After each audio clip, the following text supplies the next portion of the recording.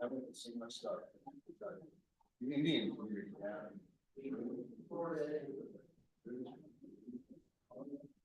Wow. Okay. Good? Yes. Okay, we're gonna go ahead and call back to order here at 3:36 PM and keep things moving right along. Lydia, I apologize for the multiple interruptions during your initial part of your report. If you'd like to go ahead and kick that back off again, that would be great. Can you hear me? Do I sound feedbacky? What if it was me all along? Does it sound okay? Sound great, thank you. Okay. Great. So I'm here to talk about some of the continuum of care things. The first thing I want to talk to you about today or give an update about is our annual funding competition. So every community in the United States has a continuum of care, which has a collaborative applicant that competes in a national competition for funding that's congressionally allocated annually. Actually, this is the first year that we're competing on a 2-year cycle. So the application that we just submitted is for a 2-year funding cycle. We're competing here in New York 510, Ithaca, Tompkins, Continuum of Care. We basically have what amounts to $1.2 million worth of renewable funds through this competition that we can pretty confidently be sure that are coming our way. They are for projects that are up and running. They're what we call our renewal projects. And then this year, we're actually very excited as a Continuum to be able to apply for about $200,000 of what we call bonus funds. So altogether, it was a $1.4 million application. 1.2 million is in the bag. The rest is maybe HUD will award it and maybe not. And it has to do on system performance of our entire homeless response system in the past year. Also, our answers are very witty and brilliant answers, I'm sure, have something to do with it, and the merit of the projects themselves. So the renewal projects are projects we all know and love: Tompkins Community Action, Amici House, Chartwell House, and Magnolia House are all in our renewal projects. The Learning Web's YHDP, Permanent Supportive Housing Project, was renewed through that process this year. Some of the new projects include 2 new youth homelessness demonstration projects. One is a rapid rehousing program for youth, obviously, because it's funded with this youth homelessness money that the Learning Web will be implementing. And the other one is a pretty cool, innovative approach that is actually what we could call a support services only project, and it's a host home model with this kinship care funding. So basically, for young people who may have identified a place to stay where finances are a barrier to allowing them to stay there, like a family friend who's like, yeah, you could stay on my couch, but I can't afford to feed you. Family and Children's can wrap around with support services and a little bit of funding for those households. Those are 2 of our new projects. In that bonus category project, we also are, this is sort of our longest shot project, but we're hoping to fund it. A new partnership between OAR, Reach, and Second Wind Cottages, which is designed to strengthen our coordinated entry network and make sure that we are assessing and entering anybody who's eligible and interested in coordinated entry into our system, and then also moving those referrals through the system in a more effective manner. So we'll see how that one goes. We also are very excited about having submitted what they call a domestic violence bonus project. The Advocacy Center is the lead on that project. It's a rapid rehousing program, much needed in our community. And so we're hoping that that is funded. So that's that provide funding and support to not-for-profits bit of my update. I'm going to go kind of fast because I realize we're very behind. I wanted to give a coordinated entry list snapshot update to the group. So this was a snapshot. I ran this, I think, on Monday. It could have been Friday of last week, to be fair. Just to take a look at who right now is in what does our coordinated entry list look like for Tompkins County. So We have 177 people in our coordinated entry list currently. 53 of those folks are youth between the ages of 17 and 24. 101 people identify as survivors of domestic violence. 34 of those folks are actively fleeing domestic violence. 128 have a disability. We have 134 single households, 41 family households. 3 individuals with a military history are kind of that's my snapshot of what our our coordinated entry list looks like right now. And as far as like the potential outcomes for all of those folks, at this time, it is very limited. I would say we're averaging using coordinated entry resources, which are things like permanent supportive housing or certain other programs that can refer directly. There's maybe 1, maybe 2 slots every couple of months. So we're very slowly working our way through the list, but we do not have adequate units in the coordinated entry system to meet that need at this time. So that is my promote access to supportive services and housing update.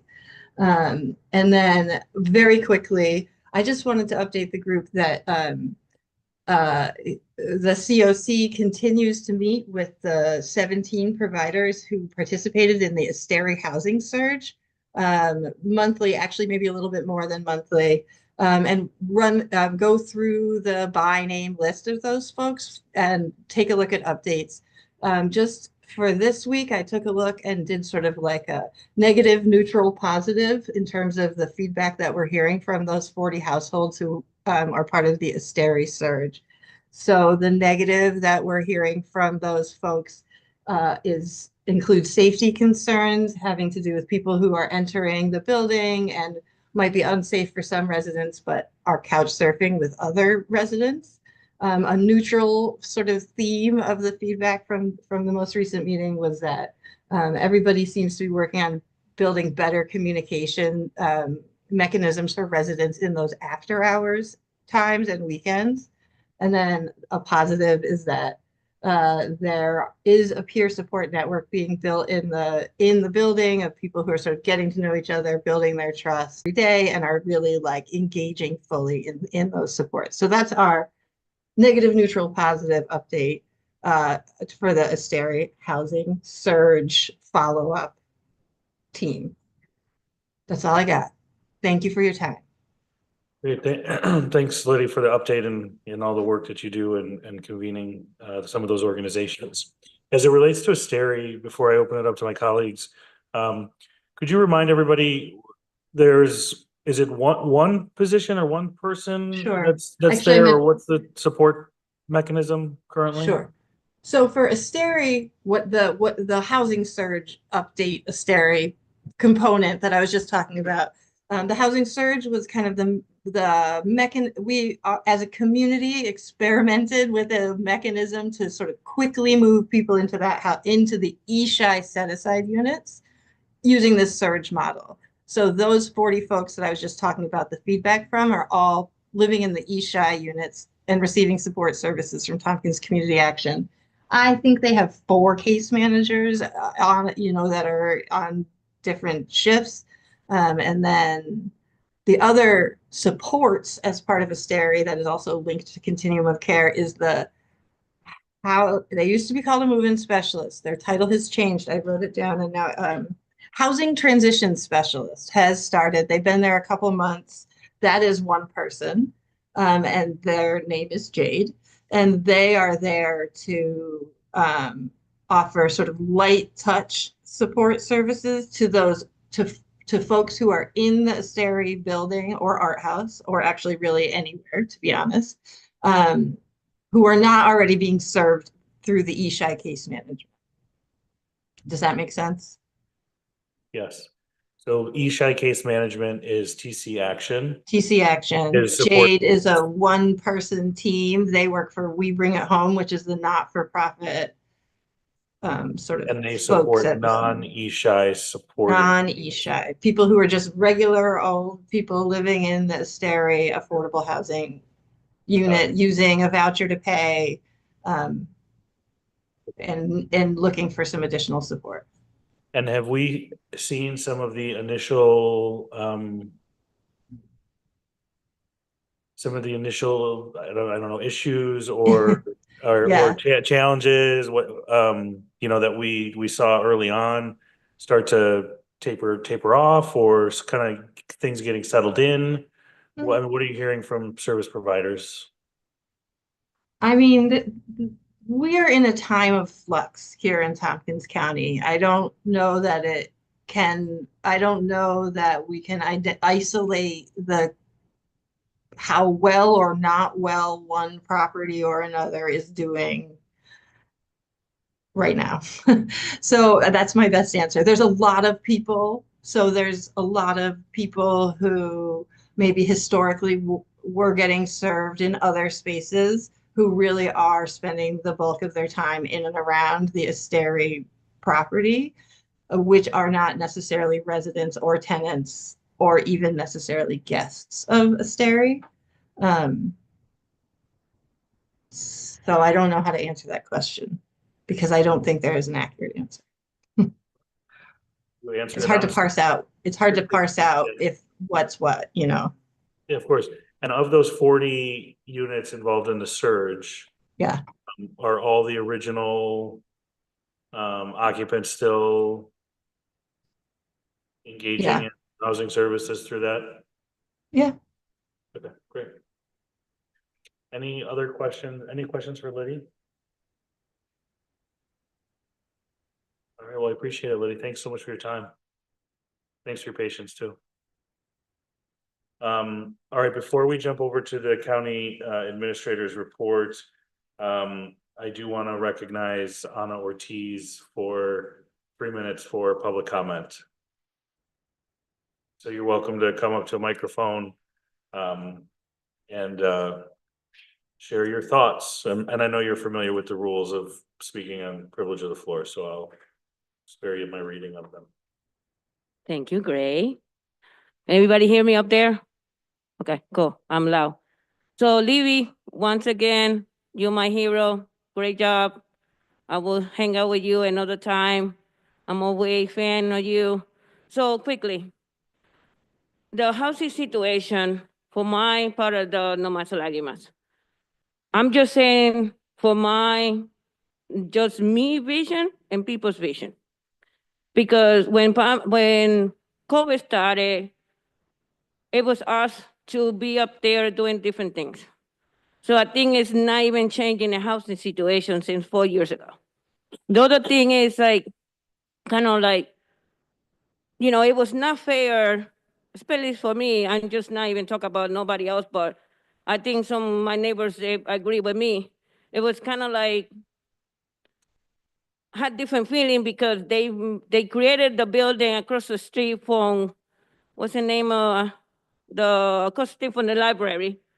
And then, it's a nice apartment or stuff.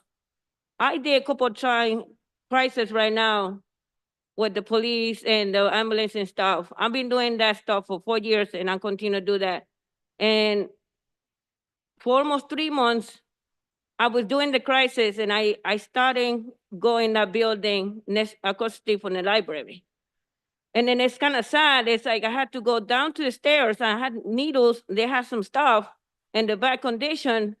And one of us, we should live in there too.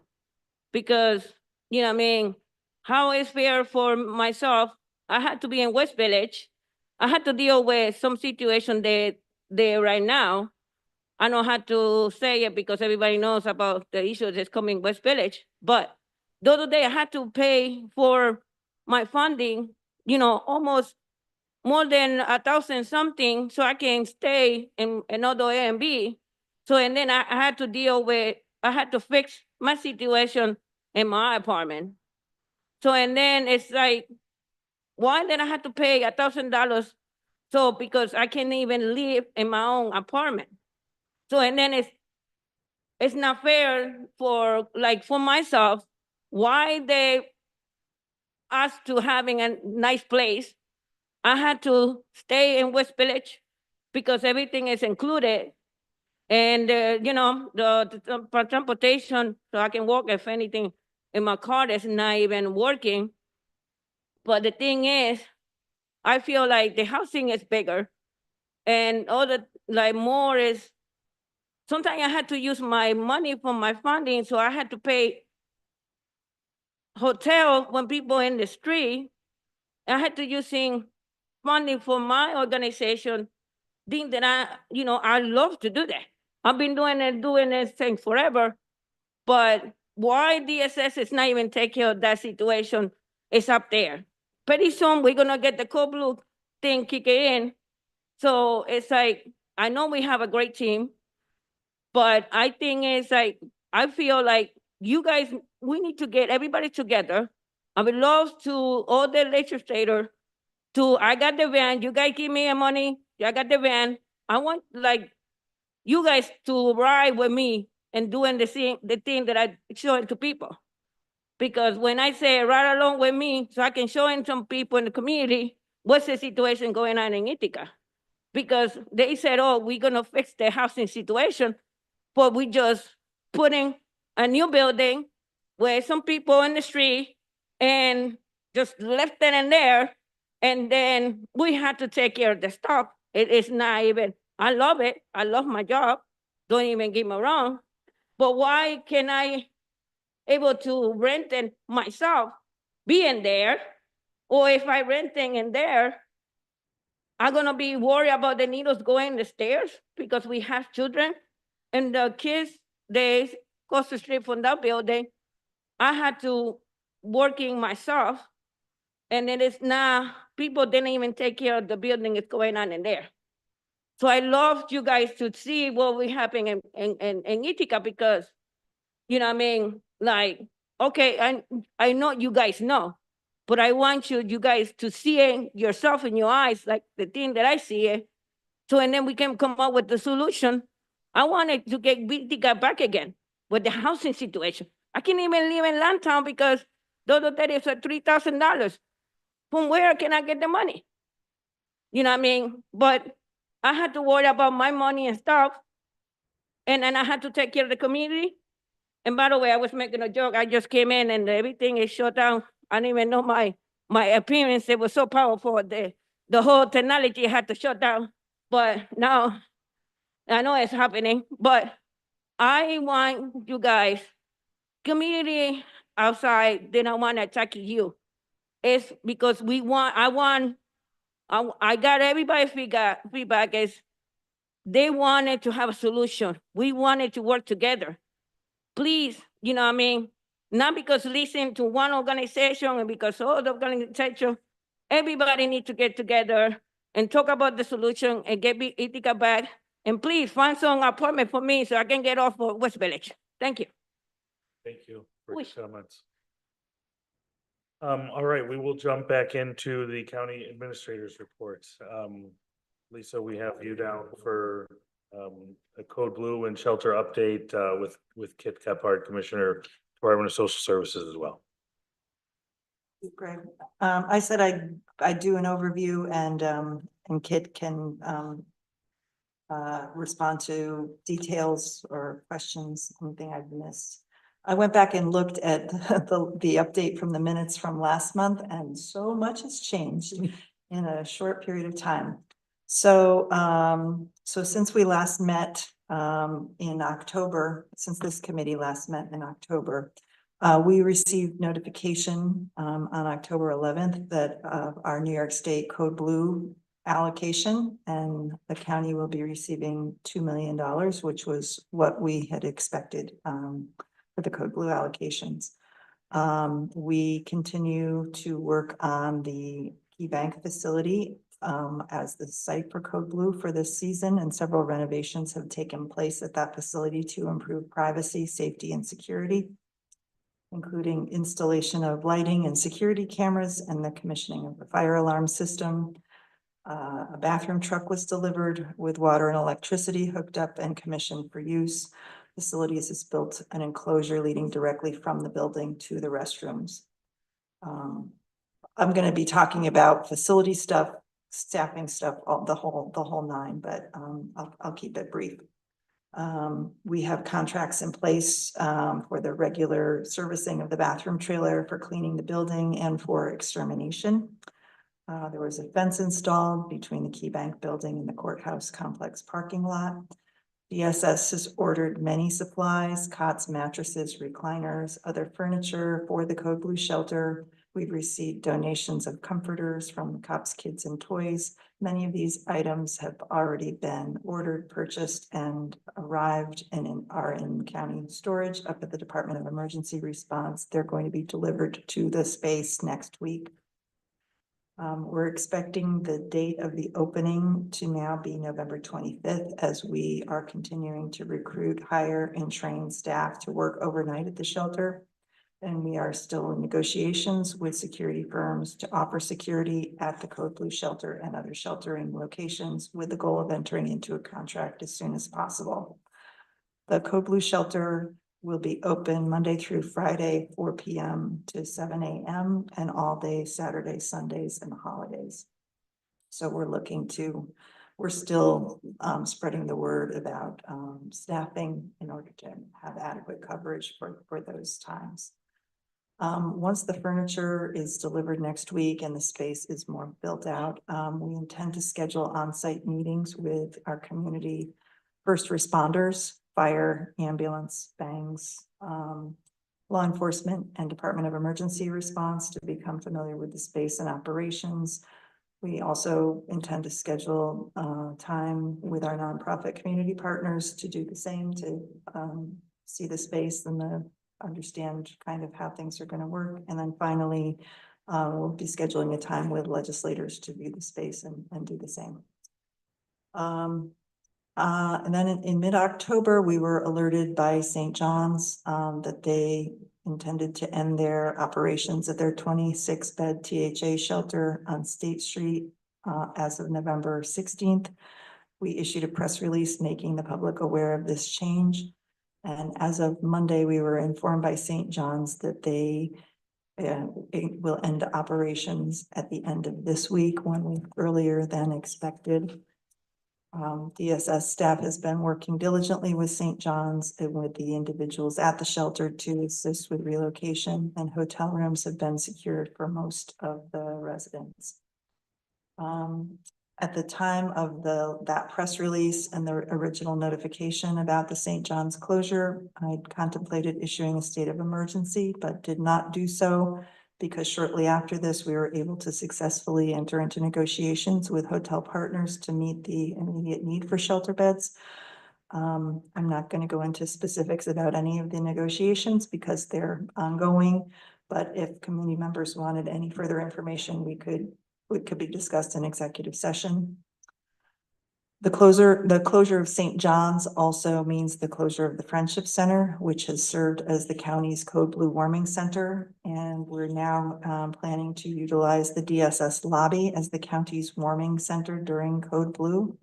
It's staffed and open Monday through Friday during business hours. And again, on evenings and weekends, the Code Blue shelter will serve as the warming center when the DSS lobby is closed. DSS staff has been busy interviewing, hiring, and training shelter workers, and that's an ongoing process. We've brought on approximately 12 staff to date, and we continue to work with HR and a temp agency on this. And newly onboarded DSS staff are receiving training on all types of topics, including solution-focused trauma-informed care, de-escalation, PPE, CPR, AED, Narcan, in addition to standard employee onboarding. DSS staff is working with area congregations together on meal donations, sandwiches and soup for Code Blue guests, and working with Whole Health on food safety precautions. We have been pursuing conversations with SPCA and have put a call out to community partners for any options regarding animals, as we do not have the capacity to serve animals in the Code Blue facility. And we've also reached out to providers for options for shower facilities and laundry in other locations and or other providers. We do have a washer dryer that has been set up in the Code Blue facility for the laundering of the bedding there on a daily basis. Partners at OAR have agreed to be a site that accepts mail for people. As St. John's had been providing that service for people who did not have an ongoing mailing address. We've held 2 briefings with community partners so far to try to share as much information as we can. And as soon as we know it, and last week we compiled a list of their questions and answered them and sent them back out. Due to the site capacity and safety concerns at the Code Blue shelter, we were going to be unable to allow outside groups or personnel into the shelter once it's up and running. And so all of these are the kind of the immediate needs that we are attempting to work on and find solutions for. But as we continue to do that, we're continuing to keep our eyes on the prize of longer term goals and deadlines that we're trying to meet. We're continuing to seek and enter into discussions with nonprofit organizations for a potential longer term operator of the county's DHA shelter. The county we're the provider of last resort. And we would very much prefer to be partnering with a nonprofit for THA and Code Blue in the longer term. We will be doing it this year, but in the longer term for Code Blue and THA, we would like to hand that off. And also negotiations continue with the respondents to the RFP from the long-term emergency shelter construction development firm to assist us with the a design on a longer-term emergency shelter design and construction. And so that continues as well.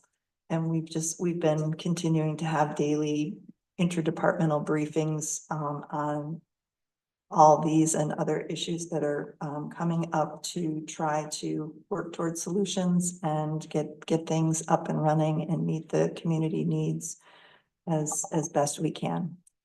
So it's a broad overview, but happy to answer questions. Nothing going on, huh? Sorry, I couldn't resist. I appreciate it. Travis? Excuse me. Like, so what are the hours of the shelter and then what are the hours of the center? So, so Monday through Friday, weekdays, the warming center will be at the DSS lobby, which is 8:30 to 4:30 is their typical hours. At Code Blue, the shelter doors will open at 4 and warming center will be, roughly 4 to 7. And then we're inviting guests for intake if they want to stay over between 7 and 10, just to try to offer those parameters for that. 7 to 10 at night? Yep. So you come in and then if you want to stay, you do the intake and then Yep. that's period for, okay. And you're assigned a space.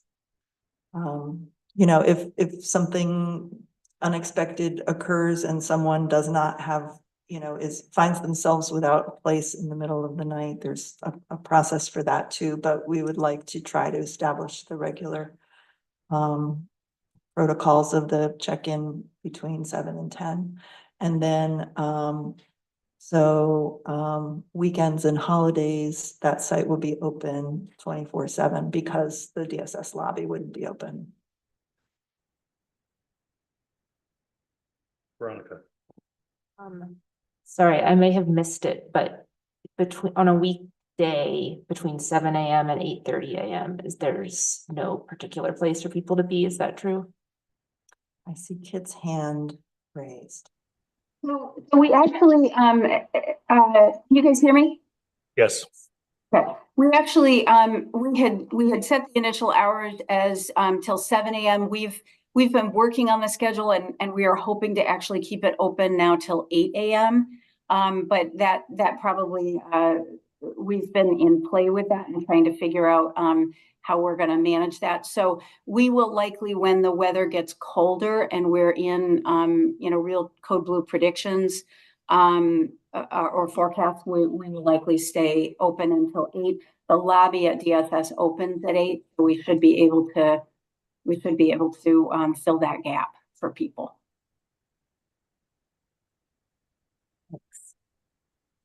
Questions? We're around to go. Yeah, I have like 4 more. I don't know how many you Fire want to 'em do at away. once. What I heard the expected opening date is November 25th. So if it freezes before then,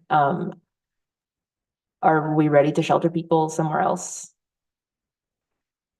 So we have, we already have had a couple of code blue nights that have qualified as code blue, and we have sheltered people. We are working with our hotel partners to make sure that we can accommodate that. And yes, we will always make sure that people get services and are warm and kept safe when the temperature qualifies. Absolutely. Okay, thank you. And I know things have been changing fast. Lisa, in your rundown, you said St. John's was ceasing operations at the end of this week. But I know that they apparently told guests that they had to be out of the building by 2 p.m. tomorrow. Are we ready to facilitate that and give everyone a place to go and a place to put their stuff? Because the flyer they received also said they could only bring 2 bins of stuff with them to a hotel. So I can speak to that as well, Veronica. So we have been working really diligently with St. John's to ensure that that people have places to go. There's a couple of different groups of people that are utilizing the St. John's building.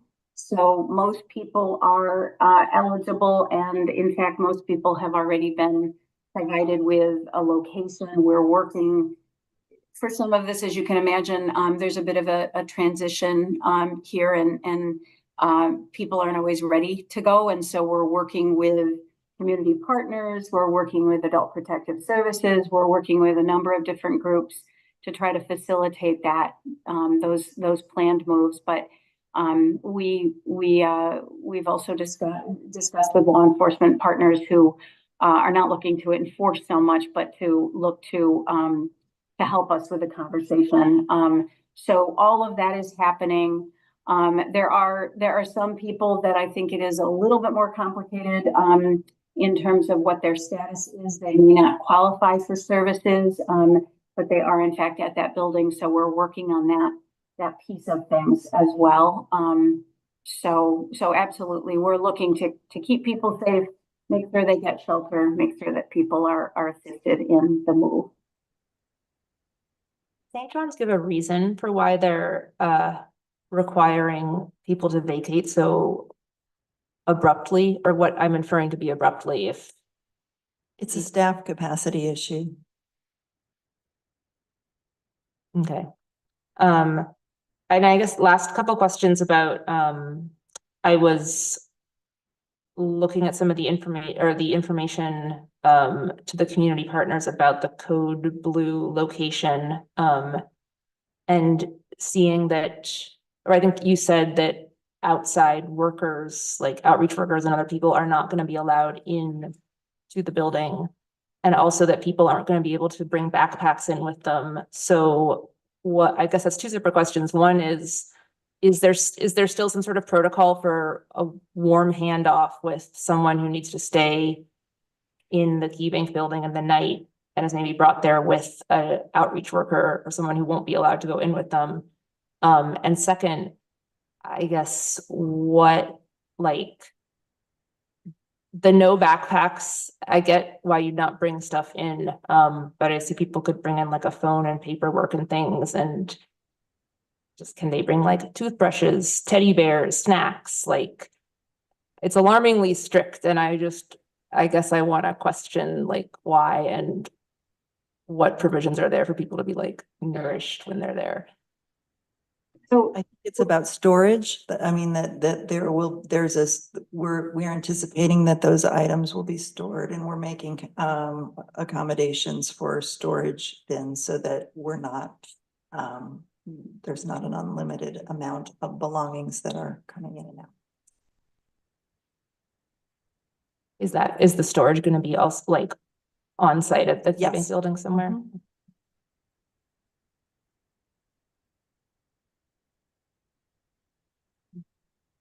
That's, I mean, I don't know if there's a warm handoff process, but otherwise that was all my questions. Maybe Kate could speak to the warm handoff process.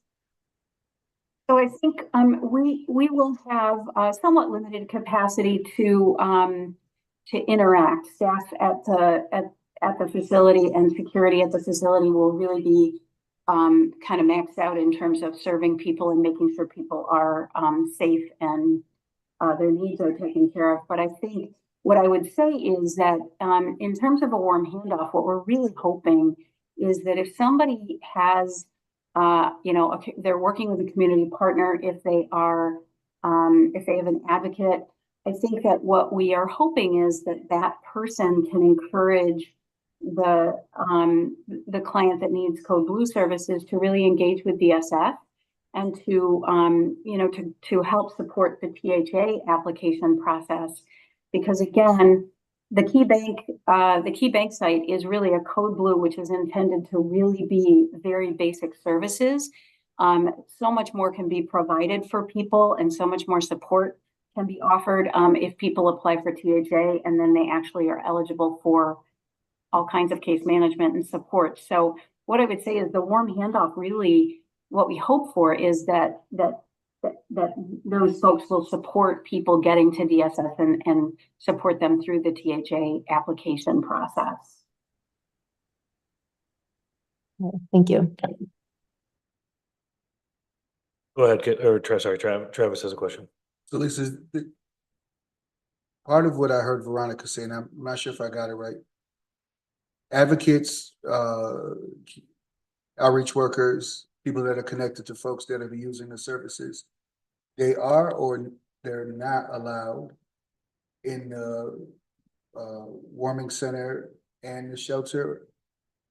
That's correct. That's anticipated that they won't be, just in terms of space limitations and staff capacity and security and all of that.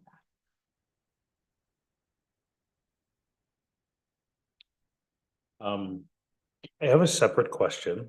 And Kit, this is, I bring this up because you mentioned, hopefully that warm handoff could be more directed towards the THA process. If I'm saying this correctly, or if I'm saying it incorrectly, please correct me. And I know one of the challenges with the THA process is there's sometimes, and I think they're called sanctions or things like that, which I'm assuming are prescribed by New York State. Correct. It's part of the regulations. Yeah. Is there anything we could do to support or encourage the state, or to look at what those sanctions are, or the length of time that those sanctions are in place for, to alleviate the pressure on Code Blue and try to work with, I mean, obviously we all make mistakes, right? I think everybody in this room probably has made a mistake at some point in their life, that would maybe qualify for something, some sort of sanction or consequence. But I just would like to see people not penalized for maybe as long a period of time and not really having a full understanding of that. I guess I look to you to see if there's something that we can, try to lean on our state partners, or, what's the consequence if we release a sanction early to try to get more people into THA?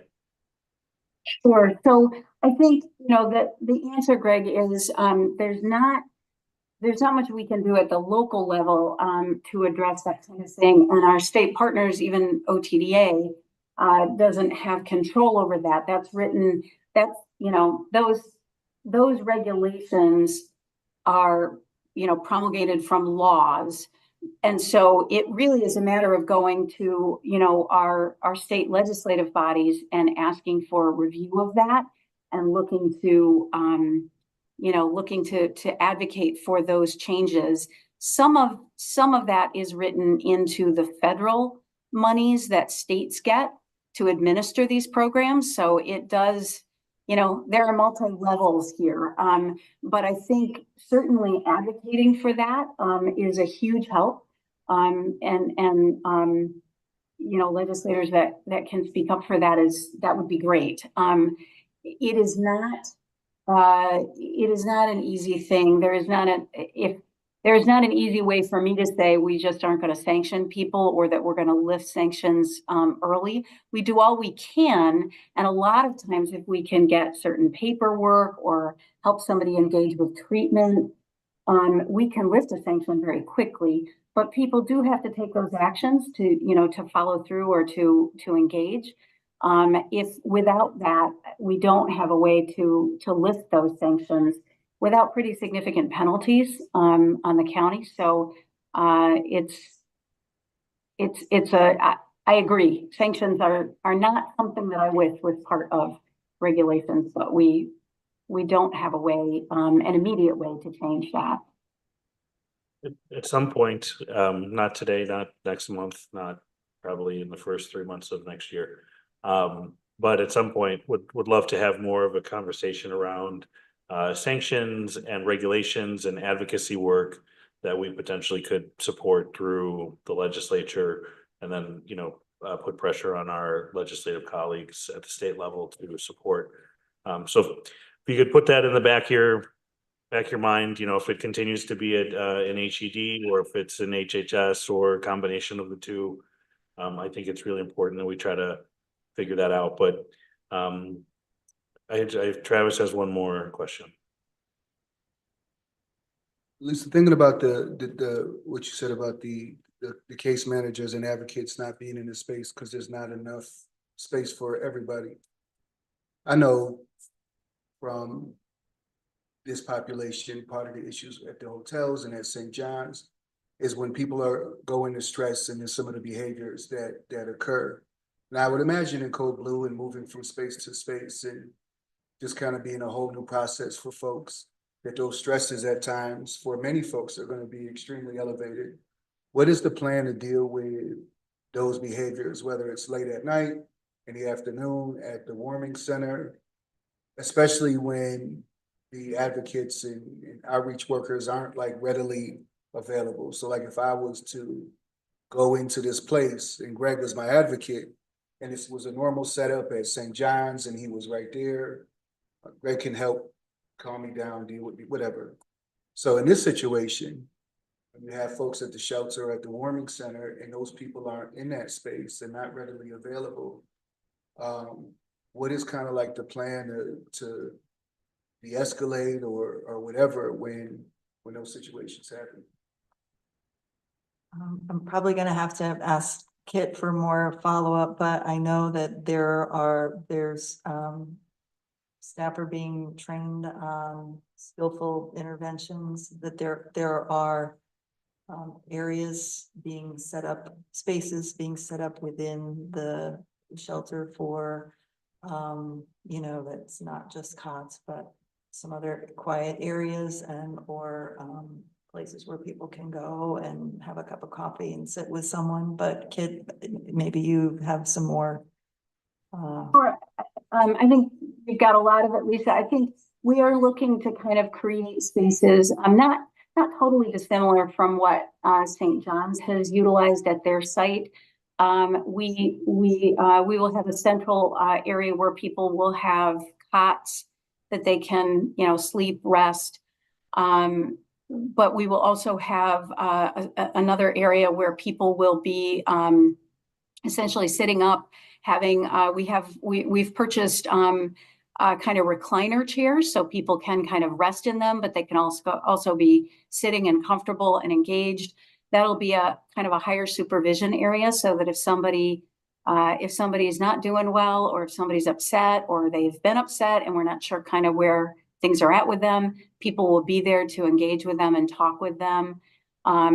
So we've got a couple of different areas. We have another area that we can kind of take people and be in a quiet space, and kind of bring them away from a group if we need to, and have more conversation with them. So we're trying to structure things in such a way that that things will remain safe for everyone, that we can maximize, the utilization of the staff that we have, because we have limited number of staff, and that we can ensure that if we need to, one of the challenges with shelter is people come and go sometimes, and when people come back in, they can be in not such a good way.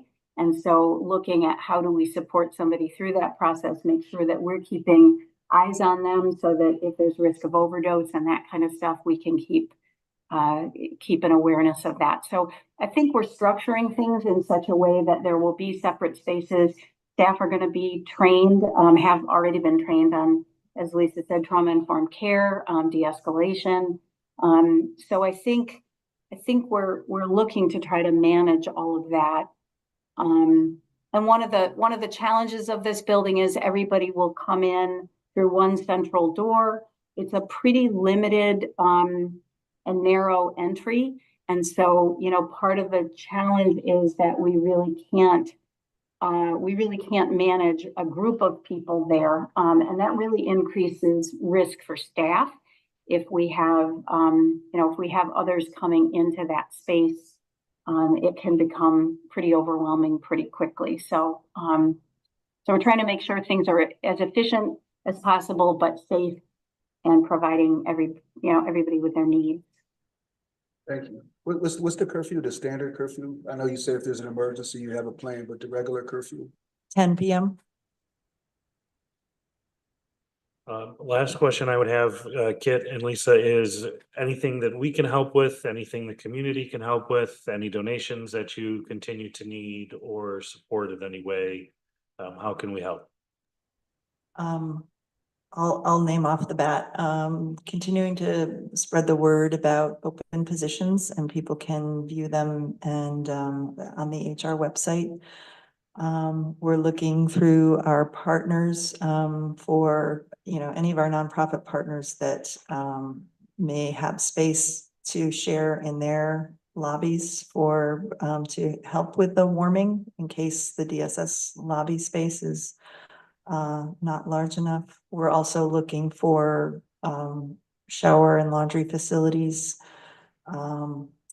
Those are the big things that come top of mind. But many thanks to you all for your support through this, and your willingness to help us to do what it takes to put these plans in action. Did I miss anything, Kit? No, that's great. I second the grateful thanks to everybody.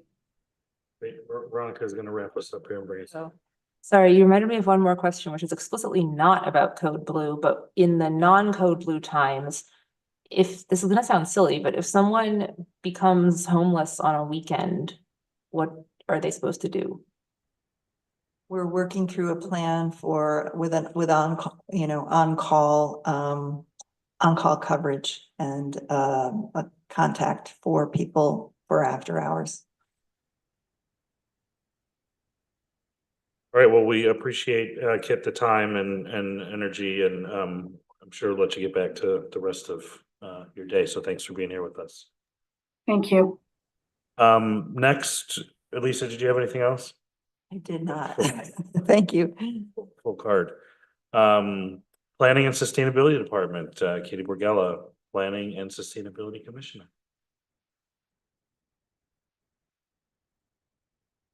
Only good news on Wednesdays. Oh, pretty good news. I think I'd like to share.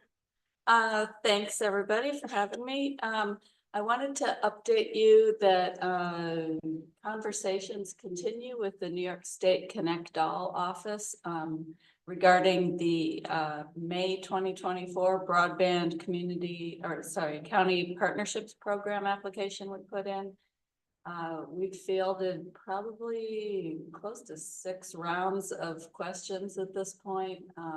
And Nick's been doing a tremendous job of coordinating our responses with our partners and our consultants, ECC Technologies.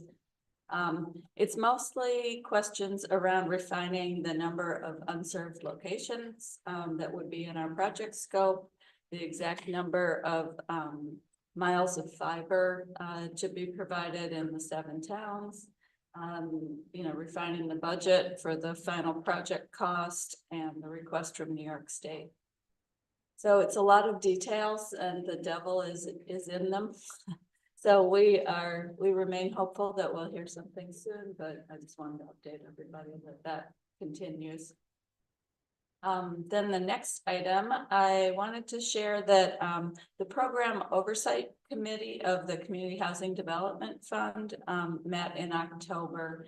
And I thought this committee would be interested in knowing that that group is trying to brainstorm solutions and possible program adjustments. So 2 subcommittees were formed and each is going to be exploring various options.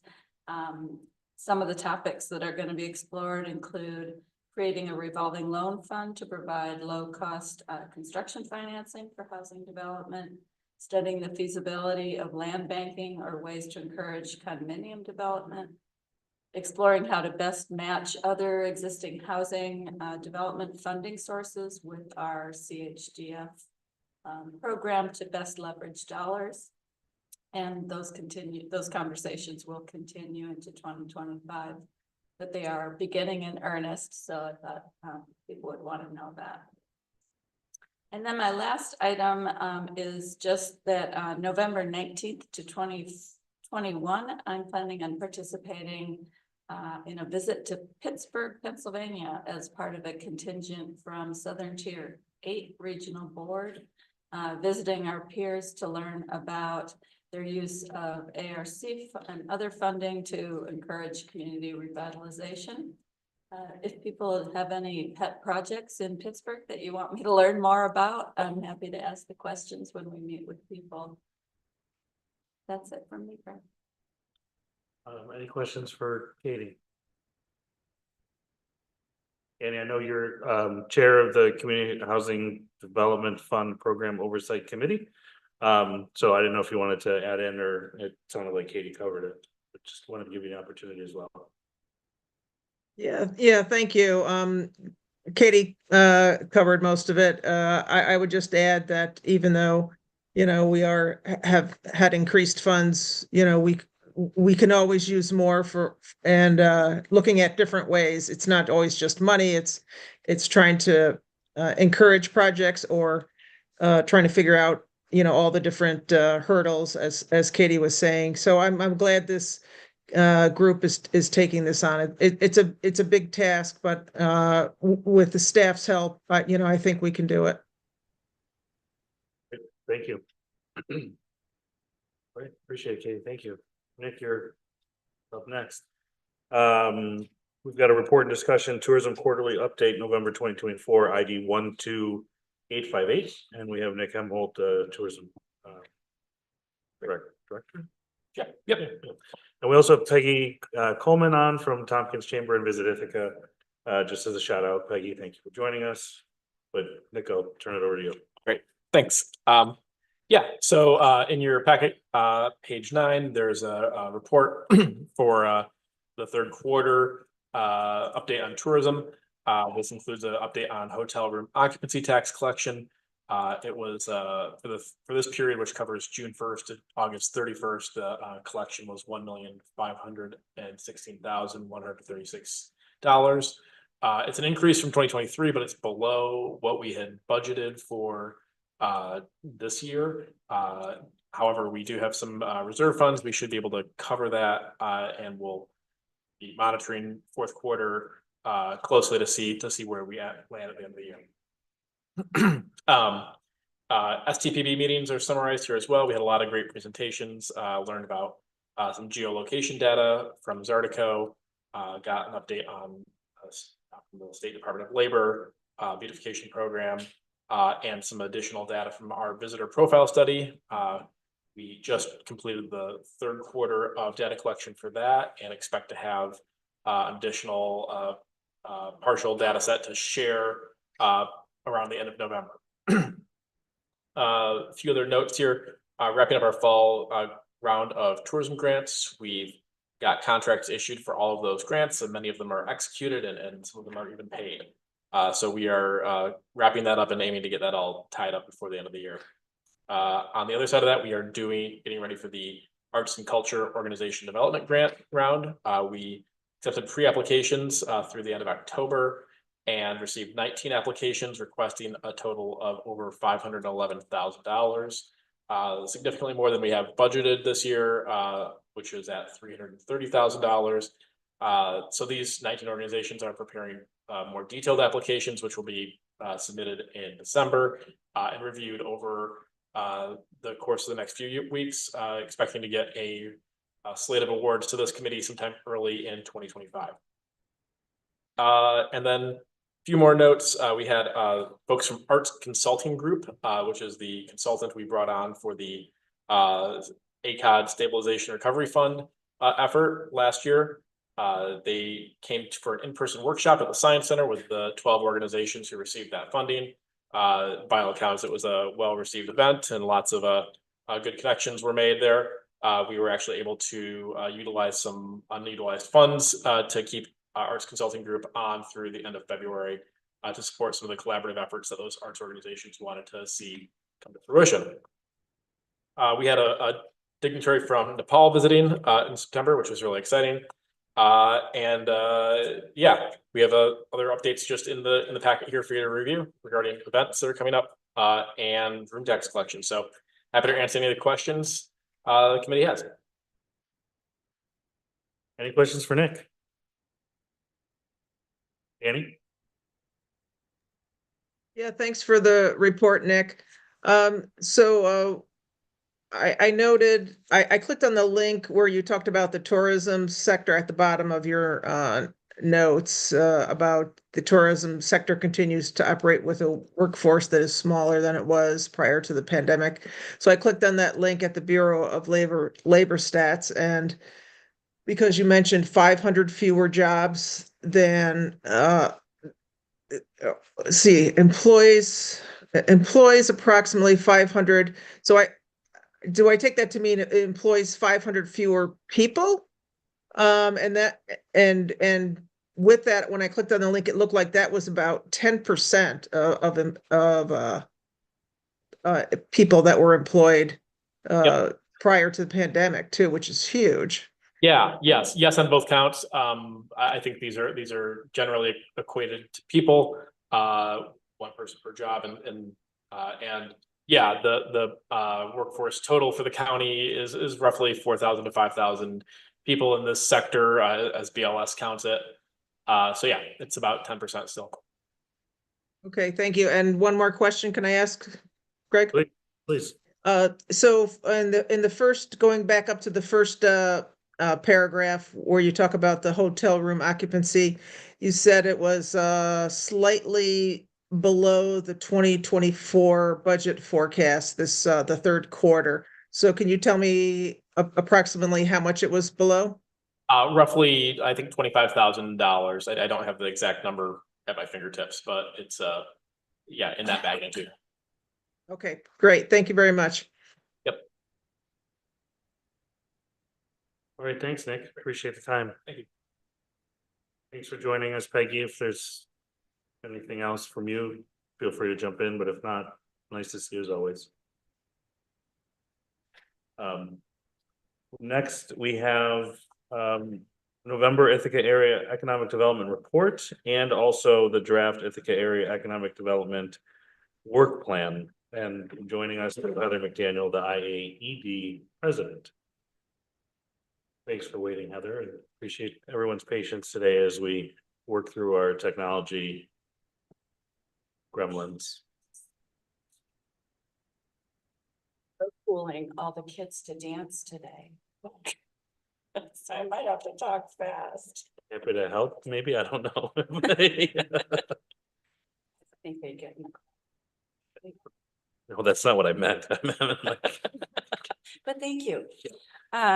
Thank you for having me here today. You do have my staff report in your agenda packet. I wanted to highlight a couple of things we've been working on with the consultant on that countywide economic development strategy over the course of this year. They were in town for the second time in September and held some focus groups, met with our board, the Council of Governments, did a workforce and a small business and entrepreneurship focus group. We did launch a survey that we've circulated quite significantly throughout the community just to get community input on goals and aspirations. We've gotten lots of responses, not just to the survey, but emails directly to our office. So our consultant was actually really excited to see that we'd had over 500 responses. They said they usually don't get that many. I said, yes, we're overachievers here in Tompkins County. The strategy, they will start to draft some overarching goals for us to respond to at our Economic Development Resource Providers Group later this month. They've also completed all of the data analysis for that will inform the strategy as well. So we're hoping for draft strategy sometime in January, February. Of course, it will be presented to the Tompkins County Legislature for approval at that time. I have finished up on the local planning committee for the Groton New York Forward Grant Award. On Monday night, we picked a slate of about $6.1 million of public and private projects to put in the strategic plan that then goes to the state, and the state will determine what $4.5 million worth of projects they will support really for community revitalization right on that main street in Groton. The Regional Economic Development Council members and staff were in town on Monday to tour. This is the first time they've done this. Tour the New York Forward and DRI application communities. So we did a tour in the village of Dryden and a tour with the town of Ithaca. So both of those communities will be presenting their applications to the Regional Economic Development Council in early December, and then they'll be voting on winners. This will be the 8th round of DRI, and I'm hopeful that Ithaca's in the running this time. I have recused myself from that vote. I do sit on the council. I have a voting seat there, but since I participated with the steering committee for the city of Ithaca, and I've been involved over the past couple of years with the village of Dryden, I decided to recuse myself from that entire voting process. So if you know any Regional Economic Development Council members that have votes, feel free to call and put your plug in for our communities. We are the only county in the 8-county Southern Tier region that has not won a DRI yet. 8 rounds now. And I will just wrap up with the Grow New York Ag and Food Competition is happening in Ithaca today and tomorrow. This is really big for the region to have them actually at our new conference center. We have a slate of finalists that are from around the world, really cutting edge ag technologies and startup companies that if they win the big prizes, $250,000, $500,000 and $1 million, they do have to move to the region. The region is larger than just Tompkins County, and there's a lot of companies that have ties with Cornell's Ag Tech Park in Geneva. But I will say that over the course of the last couple of months, Kelly Bauda on my team and I have met with a small handful of these companies, and they're really excited about the possibility of growing and scaling in New York. We've helped them to identify partners and other resources and R&D facilities, supply chain opportunities. So it's really been an exciting opportunity this morning and to see some of the pitches from these companies and what they might do if they win this award. And that is really sort of the highlights from our staff report. If anyone had any questions about anything else in the packet before I move on to our drafted work plan for next year. From the group, anyone? No, as always, it's very thorough and in-depth, so appreciate you providing that report.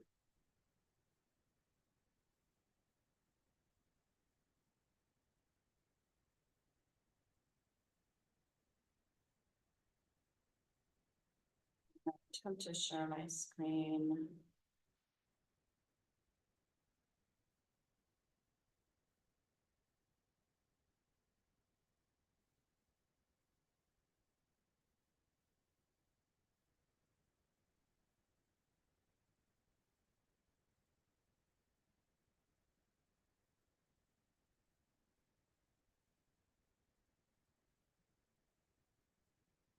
I have the ability on my computer to share with Zoom right now. We have it in our packet and you have it on your screen. You do. If you just want to talk through it. I will absolutely do that. My apologies, my computer's been on the fritz and I had You know the folks feeling. doing some work and things are not quite working yet. Okay, so I did put it in the packet just to remind you our mission at IAED. We're really dedicated to building a thriving and sustainable economy that improves the quality of life in Tompkins County by fostering the growth of business and employment. One of those building blocks of a healthy community. Our vision is a diverse and inclusive economy with innovative businesses, entrepreneurs, and partnerships that foster employment pathways, promote economic prosperity for all. We tend to at IAED work with tradable sector industries, those that sell a product or service outside of our community. They create long-term quality job opportunities with chances for advancement, or opportunities for advancement, and tend to increase our tax base and drive the need for all those local service businesses. So primarily manufacturing and high-tech companies. We do some real estate development projects, healthcare, tourism, hospitality, things that are important to those tradable sectors in our community. And at IAED, we have a 5-year strategy that we've implemented from 2024 through 2028 that really focuses our activities in 3 areas: direct services, workforce development, and economic development leadership. What we do with our work plan every year is we align it with those 3 pillars for the most part, and we primarily focus on our core activities, things we do day in and day out, year in, year out, every year. We take a look at our core activities from time to time, and through that 5-year strategy, we might change some of those. In the pillar of direct services, we do administer the Tompkins County IDA and the Development Corporation, a small loan fund program that has about $1.8 million in capital. The Tourism Capital Grants Program for the county, I understand that will be on hold next year. We will continue to provide tracking and monitoring without charging the county for admin for that, in the hopes that in the following year that program will be brought back to life. We spend a lot of time under direct services, meeting with businesses, understanding their needs. That informs the services that we provide. It informs the initiatives that we might look to create in the future. We tend to work with businesses at any stage of their development and really understand the programs that, if we don't have them, other programs at the state or the regional level or even the federal level that might be able to help them. An example would be Menlo Microsystems. When they decided to move to Ithaca, they needed some help with a workforce development plan and some help with some language on their CHIPS Act, which is semiconductor funding from the federal government. So we spent, probably about 30 hours working with them to help them through that application process and provide some of our expertise. That's just sort of an example there. We do provide site location assistance for inbound prospects when we do get them from the state, if we have adequate facilities, depending on what companies are looking for, we will assist with some of that, and really selling companies on our community and all we have to offer. On the workforce development side, we really added a workforce development function just 2-3 years ago.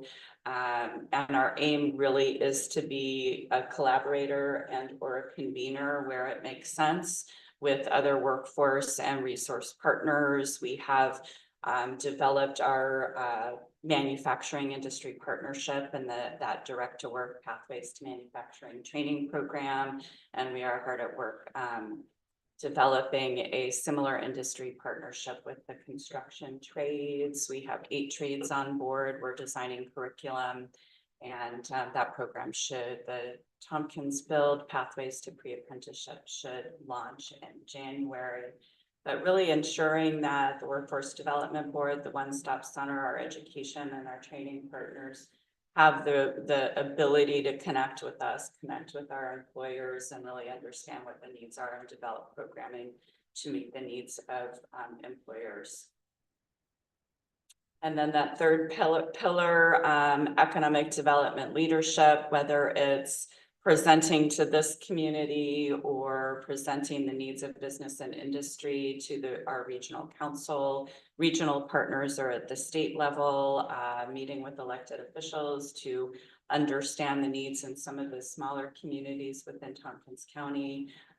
And then taking on initiatives that really sort of support this being a place where business and industry want to stay and grow their business, whether it be broadband, housing, cell service, infrastructure, you name it. We've sort of been asked to participate in a lot of those initiatives over the years.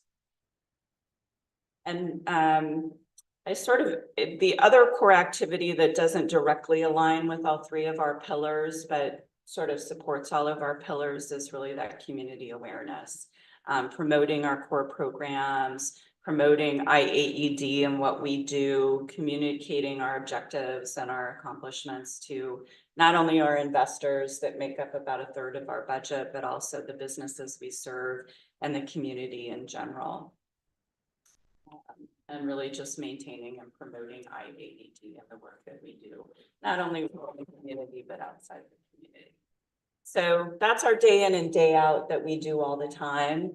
Every year we try and identify a handful or 2 of key sort of special projects, things that we want to elevate, spend a little bit more time on, or that might be discrete projects that might be 1 year or 2 or 3 year projects. So for this year, in our draft work plan, we've identified a slate of projects that I think put us sort of on the right track for the coming year, focusing on early stage and technology business retention, really helping to identify that next set of resources. We've got the startup incubators, but then when they graduate out of the incubators, there aren't really spaces and resources for those startup companies to land. So focusing a little bit more on that with our partners. And then the second under direct services would be making sure that we have sites that are ready to retain businesses that are growing out of their current facilities, and also continuing to be able to attract companies into the region. The final project under direct services would be holding 2 stakeholder roundtables next year, one on succession planning for business leaders that are looking for that retirement option, and then a second one around business resources, using some of our service partners and referral partners to highlight some of the resources that they provide for businesses at different stages of development. On the workforce development side, we will be expanding the manufacturing partnership. We'll likely be adding a semiconductor company. We have 8 companies in that partnership. We'll be adding at least 1 semiconductor company if they're ready next year. We'll also be adding to direct to work some aerospace training, as well as some of the semiconductor training into that program. The Tompkins Build, our construction industry partnership, will launch next year with the 8 construction trades. And one of the big wraparound services that we find lacking, that we know we're going to need with the construction pathways to pre-apprenticeship program, would be a vehicles to work program. If you're in the construction industry, you can't really walk to work because they send you all over the place. So that's one of the things that we see with underemployed individuals that come through our programs. One of the big barriers to employment is not having access to a reliable vehicle. So we'll be working with partners to develop that program. Danny has done this in Syracuse before. So, you know, we're a little different community. We'll have a few different ideas, but that's sort of the plan at this point. And then on the economic development leadership side, we're putting a placeholder in our work plan for implementation of the economic development strategy. I don't want to be too forward thinking and tell you what those strategies are going to be, but we want to make sure that we have time in our schedules to really focus on some of those implementation items and working with our partners. Infrastructure, we are going to focus on our broadband grant. That 17-mile line is going to be built across Lansing next year, or you won't find me back here in another year. It's been a 4-year process, but we're almost there. We have all the contracts signed. I think we're ready for construction.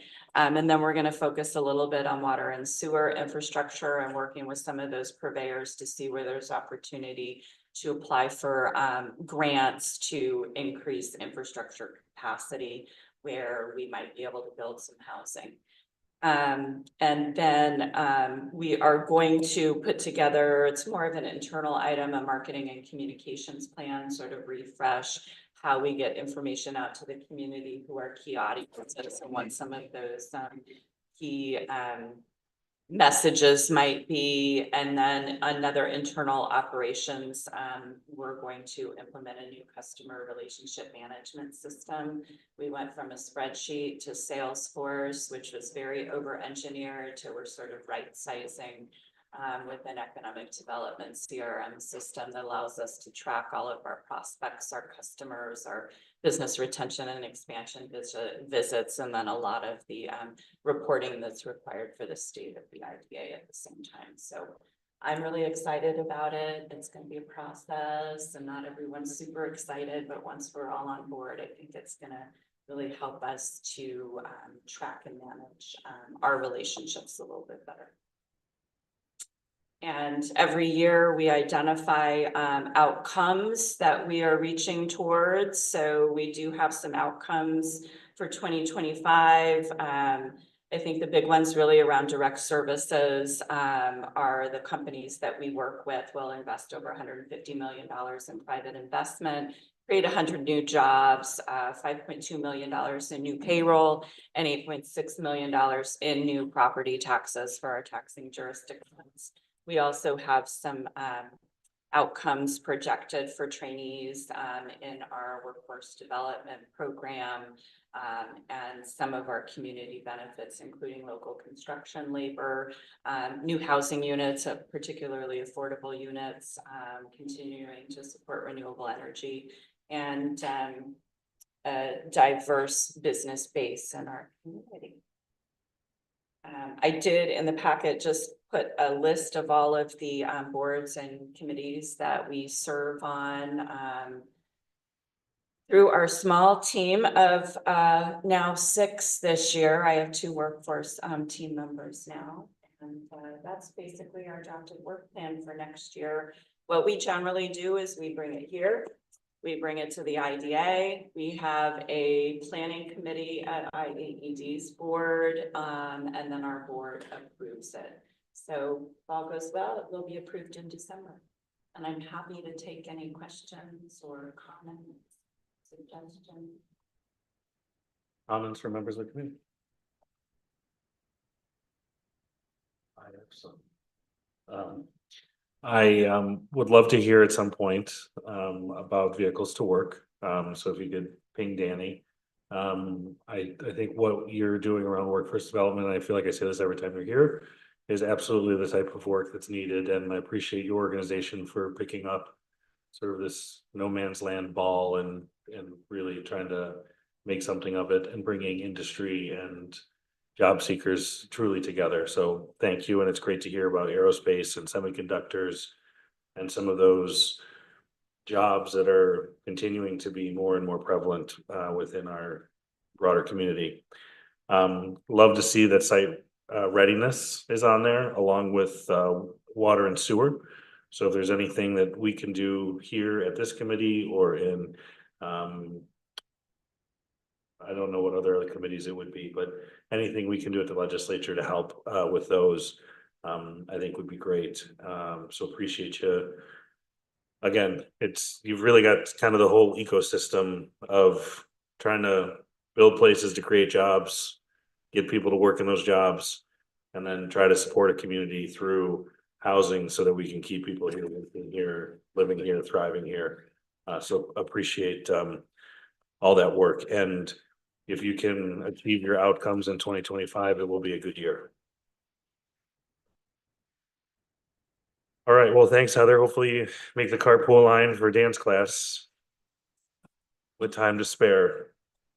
We're gonna keep moving on the agenda. So thank you again, Heather. We'll see you next time, I'm sure. We have minute approval, October 2nd, 2024, and moved by Mike Sigler, seconded by Travis Brooks. Were any changes, additions, subtractions, deletions to the minutes? No. Annie, we're gonna call for a vote, so I'm gonna take you first. Annie? Yes. Travis? Mike? Yes. Veronica? Yes. And I'm a yes, that passes unanimously. We also have 2 rounds of advisory board appointments. The first advisory board appointment is ID 12783.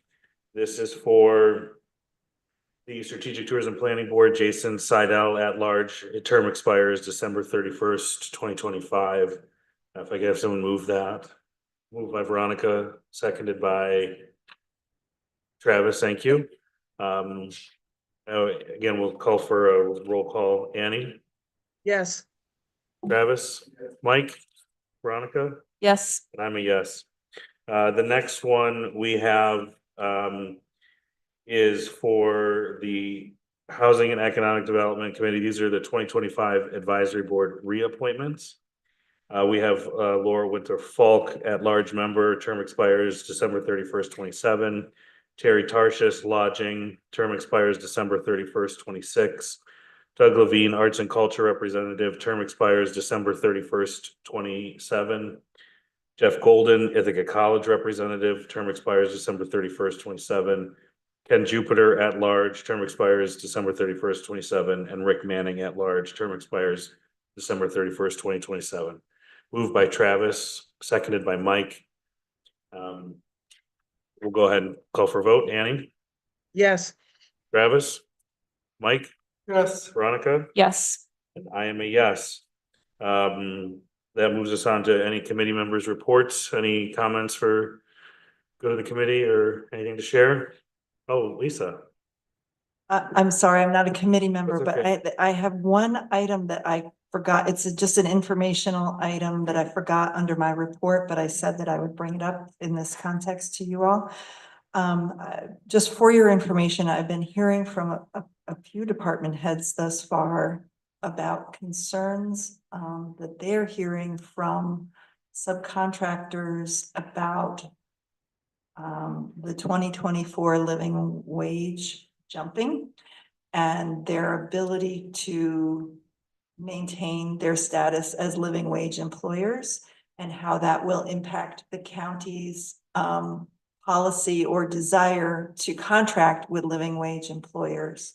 So, I know that the Countywide minimum wage is something that we're going to be looking at in 2025. It's something that both county admin and county attorney, I think I can speak for Maury that the sheltering issue is taking up a whole lot of time, and that the living wage is being pushed back. But I just wanted to make you aware that this is been brought to my attention, and they wanted to make sure that it was on the radar of our legislators, that this is gonna be a conundrum in 2025. What, where would that live? I mean, I know that's at the discretion of the chair of the legislature a little bit. But in your mind, where has that conversation been had? It seems like there's multiple layers to that. The conversation about the county's policy or? Yeah, that would be a GO issue. Could be, though, I believe that the living wage, minimum wage is under the HED committee. Good. But if we were to consider changing the policy and the way that it's worked thus far, and it's been over a decade probably since we've had the policy, is that the living wage is established. And all of the organizations that want to be considered as living wage employers have the following year to, if they need to change their salary scales, to be certified, and then they're certified for that next year, and then following year, you know, if there's an adjustment, it comes out again. And so there's always like that year lag time, but there's a serious concern.